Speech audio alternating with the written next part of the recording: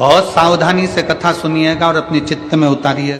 शिव महापुराण की कथा जिसके घर में चल रही है, जिसके टीवियों पर चल रही है, जिसके फेसबुक यूट्यूब पर चल रही है, जिसके मोबाइलों में चल रही है, घर में भले 5 मिनट शिव महापुराण की कथा चले, पर प्रतिदिन अपने मोबाइल को चालू कर 5 मिनट शिव पुराण चालू कर छोड़ दिया।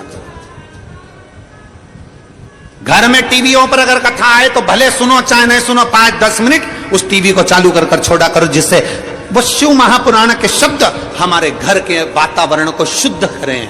प्रभु बाबा भोलेनाथ ने कहा, पार्वती जब चौसर खेलते समय तूने मेरे वस्त्र लिए, मैं जल क्रीड़ा करने के लिए जल में तप करने के लिए बैठा, तप के करने से मेरे शरीर से पसीना बह निकला, उस पसीने से 5 धाराएं प्रकट हो गईं। उस 5 धारा से गंगा जी की गोद से मेरी ये 5 बेटियां प्रकट हुई है। पहली जया, दूसरी विषहरा, तीसरी शामली बारी, चौथी देव और 5वीं दोतली। ये 5 कन्या शंकर जी की 5 बेटियां। उसी समय पर माता पार्वती ने गंगा जी के जल को हाथ में लेकर कहा, गंगा तू मेरी बहन है, मेरे गर्भ से तो संतान नहीं हुई, पर तूने मेरे बच्चों को पाला पोसा बड़ा किया, इसलिए तेरे घाट पर आने वाला व्यक्ति शंकर जी के साथ तेरा स्मरण करेगा और जो हर हर गंगे बोलेगा, गंगा उसको तेरे स्नान का पुण्य घर बैठे मिल जाएगा। हर हर गंगे बोलो जम के। केवल गंगा के साथ उसी दिन से हर हर शब्द जुड़ गया और जिंदगी हो गई आपकी बोलते बोलते। आपको अभी तक नहीं मालूम होगा कि हर हर गंगे क्यों बोलते। जीवन हो गया भैया। शिव महापुराण में एक एक संवाद है। चावल क्यों लगाना चाहिए, शिव जी को कंकु क्यों नहीं लगाया जाता, शंकर को कुंकू नहीं लगता, रोली नहीं लगती, क्योंकि भगवान शंकर जब एक बार बैठे थे तो एक भगत ने शिव जी का कुंकू अभिषेक कर दिया था। कुंकू अभिषेक करा, इतने में माता जगत जननी जगदम्बा उसी समय पर आ गई। पार्वती ने शंकर जी के ऊपर से रक्त की धार जब बहते हुए नीचे आई, भोलेनाथ जी के शरीर से रक्त बहता देखकर माता पार्वती को क्रोध आ गया। पार्वती ने उसी समय पर श्राप देना चाहा। शिव जी ने कहा, पार्वती उसने कुंकू अभिषेक करा है और तू श्राप दे रही है। पार्वती ने कहा, मैं जान नहीं पाई, पर भोलेनाथ आपसे वचन देती हूं कि आज के बाद आपके शरीर पर यह रक्त ना देखूं। इसलिए आज तक शंकर जी के शिवलिंग पर कभी कंकु नहीं चढ़ाया जाता, कुंकू नहीं चढ़ता। शिव जी को चंदन चढ़ेगा, हल्दी चढ़ेगी, अष्टगंध चढ़ेगा, गुलाल चढ़ेगी, अबीर चढ़ेगा, पर कुंकू नहीं चढ़ेगा। शंकर को कुंकू नहीं। जैसे अधिक मास के महीने में, अभी जो अधिक मास आ रहा है ना, आपके लिए तो लाभदायक है, समझ लो ये कथा। अधिक मास के महीने में जैसे पहले दिन का अधिक मास होता है, ऐसे 5वां दिन का जो अधिक मास होता है, पंचमी तिथि का, पंचमी तिथि का अधिक मास शास्त्र कहता है कि जिसके घर में संपदा की कमी हो, पैसा आ ही नहीं रहा हो, सब दूर उलझ गया हो, बहुत टेंशन चल रहा हो, 3 साल में एक बार अधिक मास आता है। अधिक मास की पंचमी तिथि के दिन गन्ने का रस, गन्ने का रस जानते हो, ईख का रस, गन्ने का रस तुलसी जी के क्यारे में हाथ में लेकर 7 बार अपना नाम और गोत्र बोलकर छोड़ दो। जिंदगी में 3 साल में तो करोड़पति बनकर बैठ जाओगे, कभी लक्ष्मी की कमी नहीं आ सकती। अगला अधिक मास आएगा तो तुम तैयारी में बैठे रहोगे कि फिर पंचमी तिथि आए, फिर मैं गन्ने का रस डाल। केवल अधिक मास में होता है, अधिक मास के सिवा नहीं कर सकती, केवल अधिक मास, अधिक मास के अंतर्गत करें। और आपको तो मौका मिल रहा है ज्येष्ठ का अधिक मास है इस साल, बड़े प्रेम से आनंद में। और हम तो निमंत्रण दे रहे हैं आपको कि अधिक मास में मुंबई में महेश्वरी समाज द्वारा विष्णु महापुराण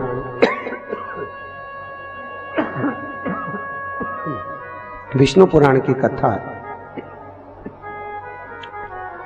और आप सब भी विष्णु महापुराण की कथा में पश्चिम मुंबई महेश्वरी भवन श्रवण करने पधार। विष्णु महापुराण। अधिक मास का महीना भगवान शिव के स्मरण का माह, ठाकुर जी के भजन का महीना, भगवान नारायण के लाड़ लड़ाने का महीना। खूब प्रेम से भजन करो, जितना भजन कर सकते हो उतना,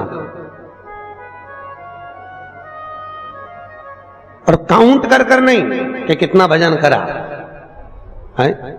कई लोग हाथ में वो बटन दबाते रहते हैं, राम राम राम राम, काउंट नहीं करना है, कर लो जितना कर सकते हो। अधिक मास के महीने में जितना पुण्य कमा सकते हो कमाओ। भजन चित्त धरी। आज शिव महापुराण की कथा कहती है, माता पार्वती के सम्मुख में पांचों कन्याओं को देखकर गंगा जी के सम्मुख में जब बात प्रसिद्ध करी, तब माता पार्वती से शिव जी ने कहा, ये मेरी 5 बेटियां हैं। पार्वती जी ने पांचों को गले से लगाया। भगवान भोलेनाथ बोले, पार्वती, ये जल की तरंगों में प्रवाहित होने के कारण इनका शरीर सर्प की आकृति में रहेगा। सर्प की आकृति।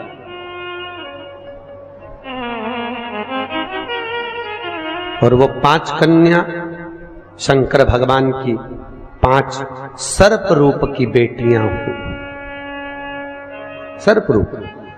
आज भी नाग पंचमी के दिन घर के दरवाजे पर, घर के दोनों ओर, अब इधर पूछते हैं कि नहीं पूछते मालूम नहीं, पर नाग पंचमी के दिन 5 सर्प यहां बनाते हैं।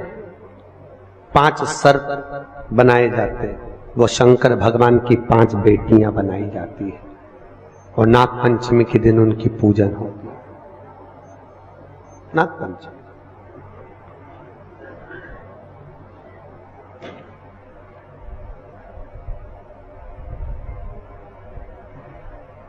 भगवान शिव की आराधना का केंद्र बिंदु है। भगवान शिव का सुखमूल स्थापित करने वाली है। भगवान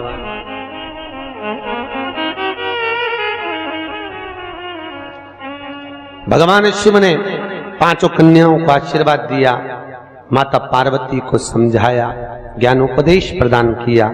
समय आया और आज भगवान शिव विराजमान थे और भगवान शंकर के नयन बंद करने पर शिव जी के नयन से बंद करते ही एक अश्रु निकला। उस आंसू से अंधकासुर का जन्म हो गया।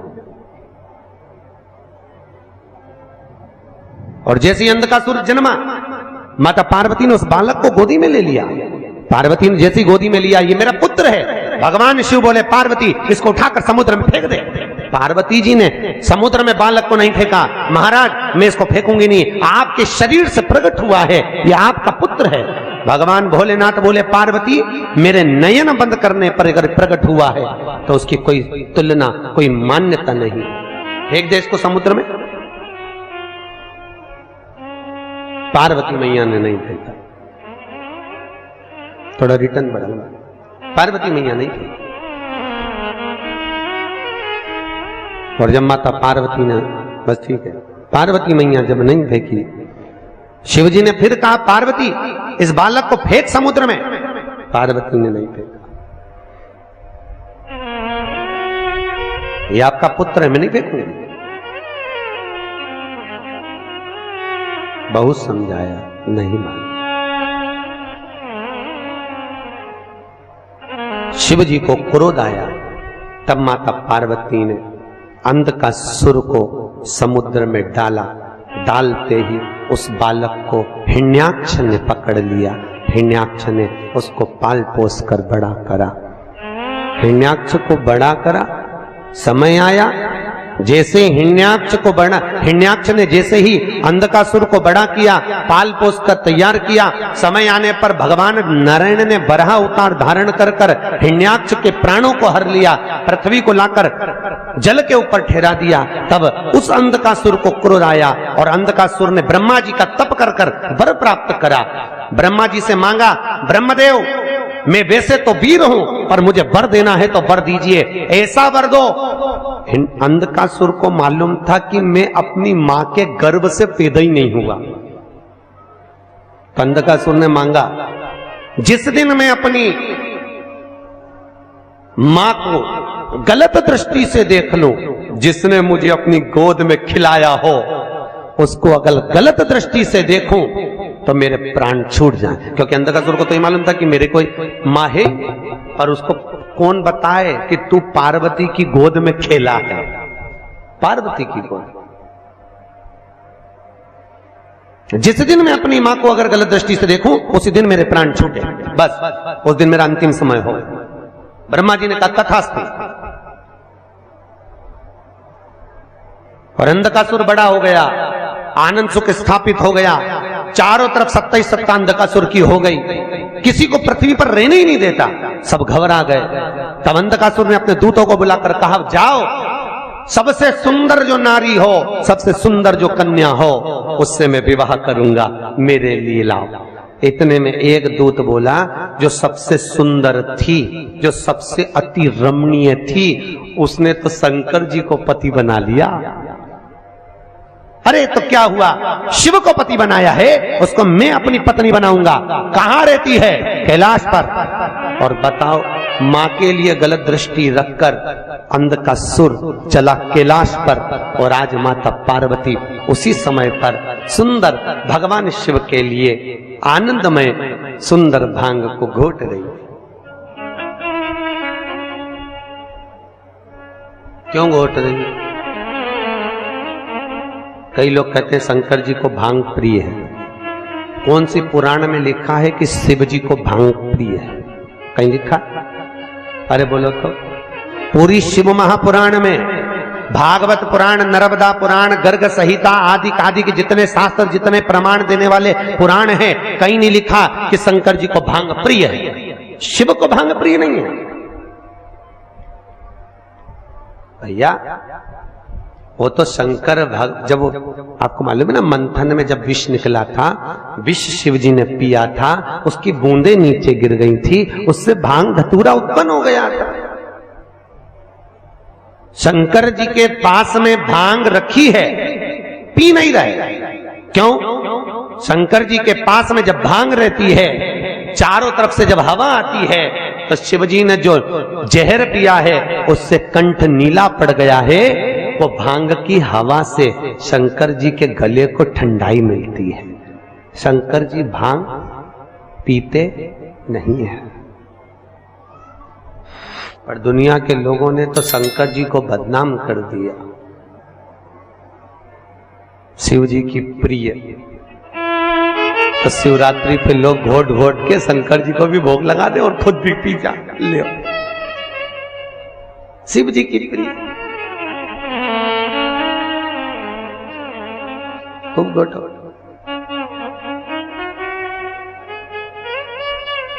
प्रियता ने समुद्र मंथन में अमृत किसके हिस्से में आया था? देवताओं। विष किसके हिस्से में आया? अरे बोलो, शंकर भगवान। जो अमृत पिए वो देव, जो विष पिए वो महादेव।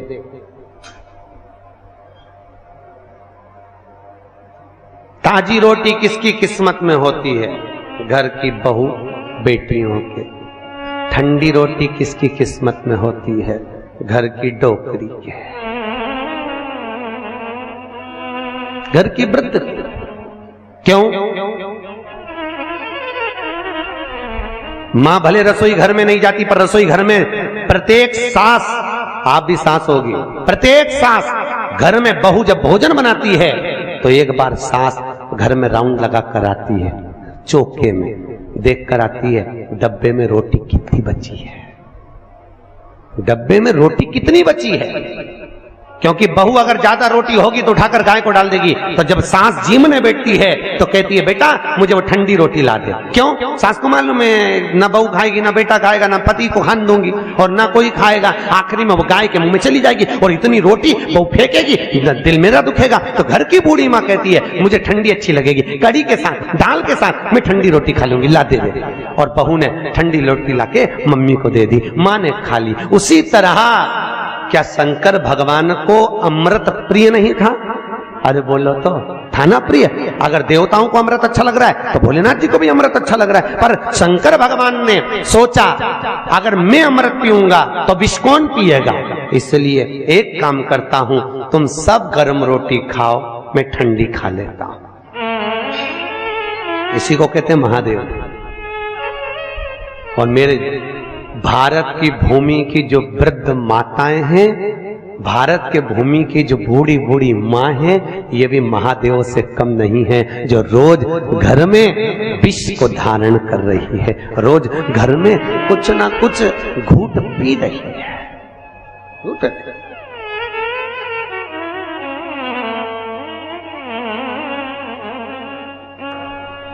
पांच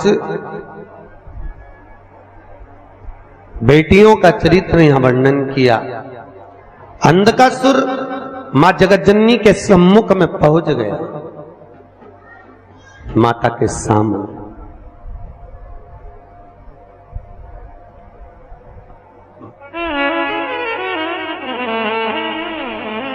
सभी देवियों में सर्व सुंदर अगर कोई देवी है, सर्व सुंदर, तो कौन? मां जगतजननी जगदम्बा। आपके यहां पर नवरात्रि में देवी बैठती है।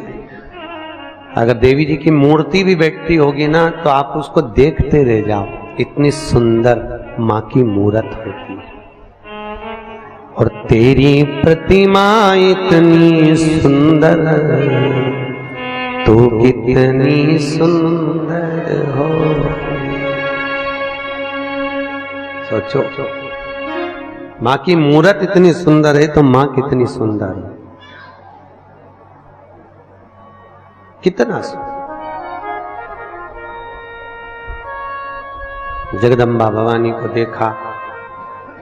अंधकासुर ने देखकर भवानी मैया के सम्मुख में खड़े होकर कहा, अरे ये ओगड़ी भस्मी रमाने वाला, जटा जूट बांधने वाला, उसको पति बनाकर बेटी हो, मुझे देखो, इतना तो मां से कहना था।